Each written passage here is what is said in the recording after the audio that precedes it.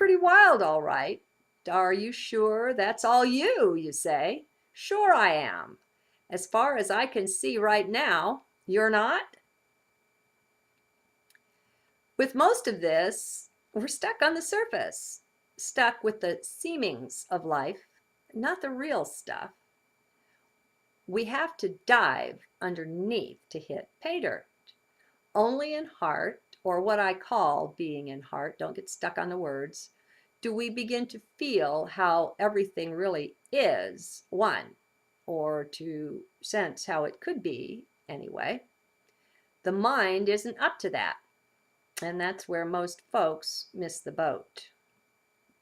We've got to surrender the desire to have the cake and eat it too. That's what the skeptics do. Too many people think they just have to bring their mind along. Who knows how long it will take them to realize this, that just won't work. So they'll wander a while longer in duality, on the surface of things. That's the mind's only and limited domain. And that's a choice for them. Don't try to convert people. So just remember to keep dropping down into heart. Remember to think with the heart, to see with the heart, to hear and to act from your heart. You won't go wrong that way.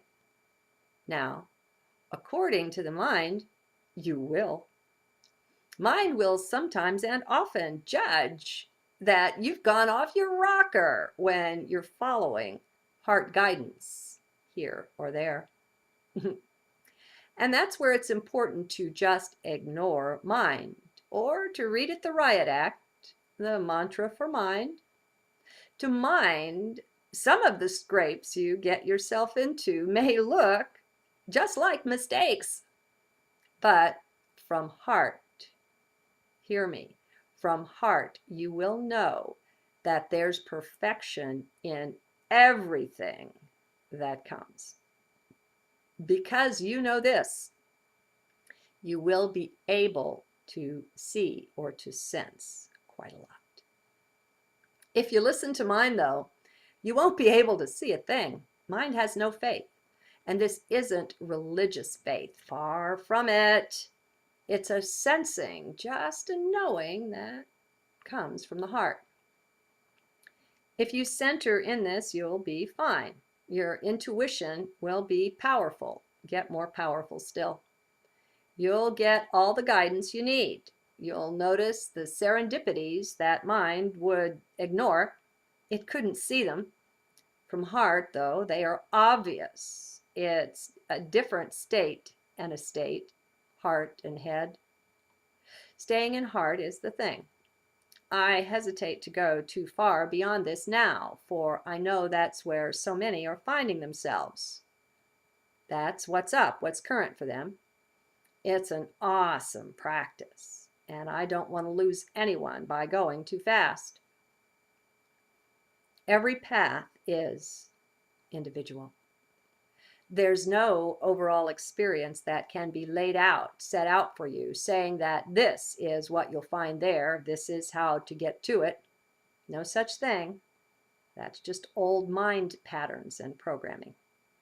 Each one of us is just about as precious as it gets. You are that. There's nothing finer. Are you open to that? Choose to be. We're both developing a new understanding of self and of being, as well as throwing away outmoded beliefs. And we've got a lot of them, we all do. That keeps us hopping for sure. Whenever our vision is cloudy or limited, look to beliefs.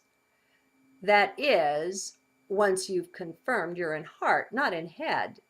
Head cannot command heart, can't tell it what to deliver. No, it doesn't work that way anymore. It never did.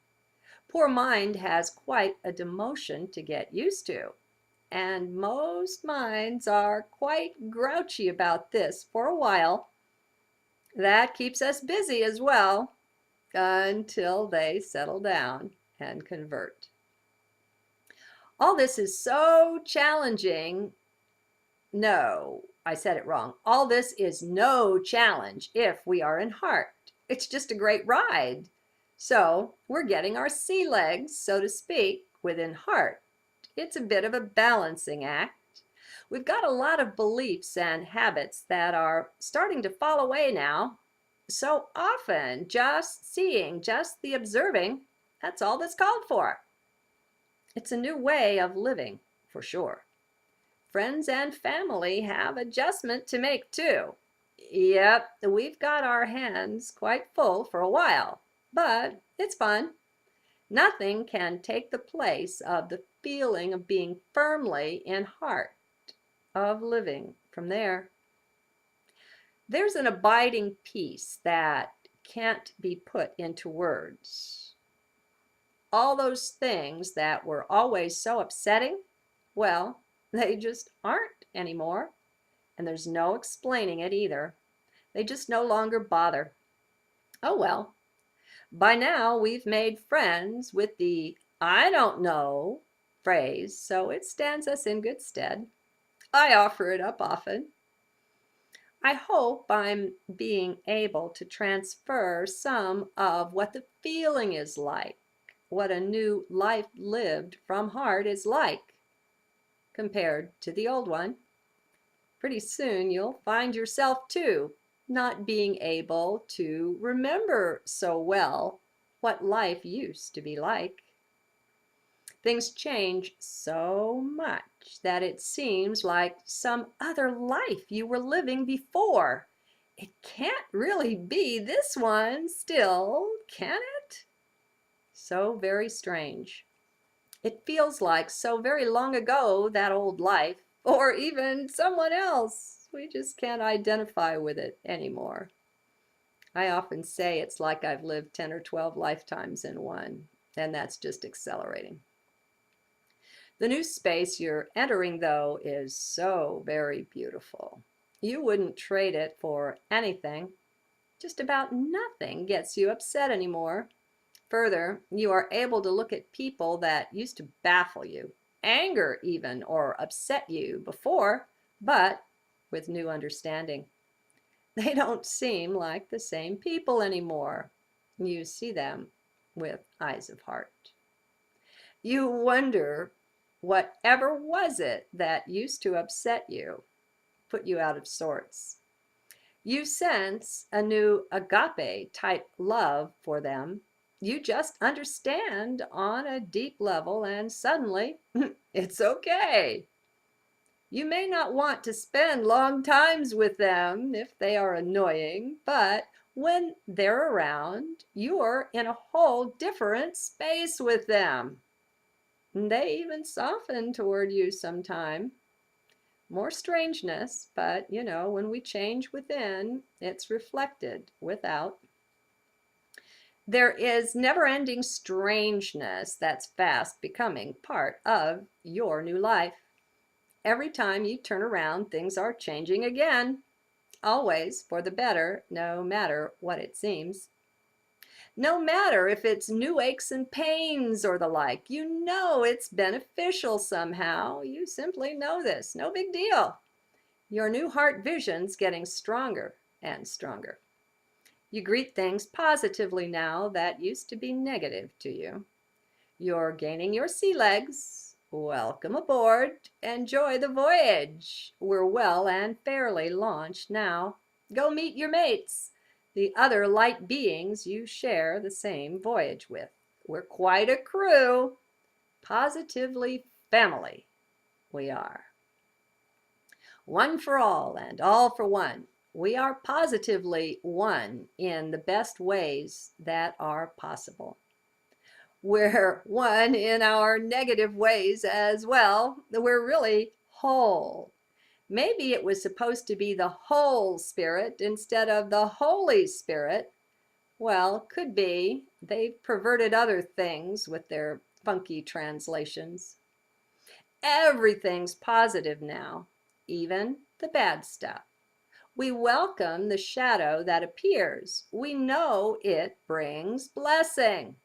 What a strange way to live. Just don't let mind know too much. It might want to jump overboard. Okay, I've gone on long enough. More on embracing the shadow, the dark side of us, in another journal. That's a part of what I've been saying here anyway. I'm sure you can see this. Dumping our fear, that's a big part of this, and a major healing one. Fear is what fragments us, what's been used to do that. It keeps us in shard mode instead of in our wholeness. Good day then. Have a blessed life.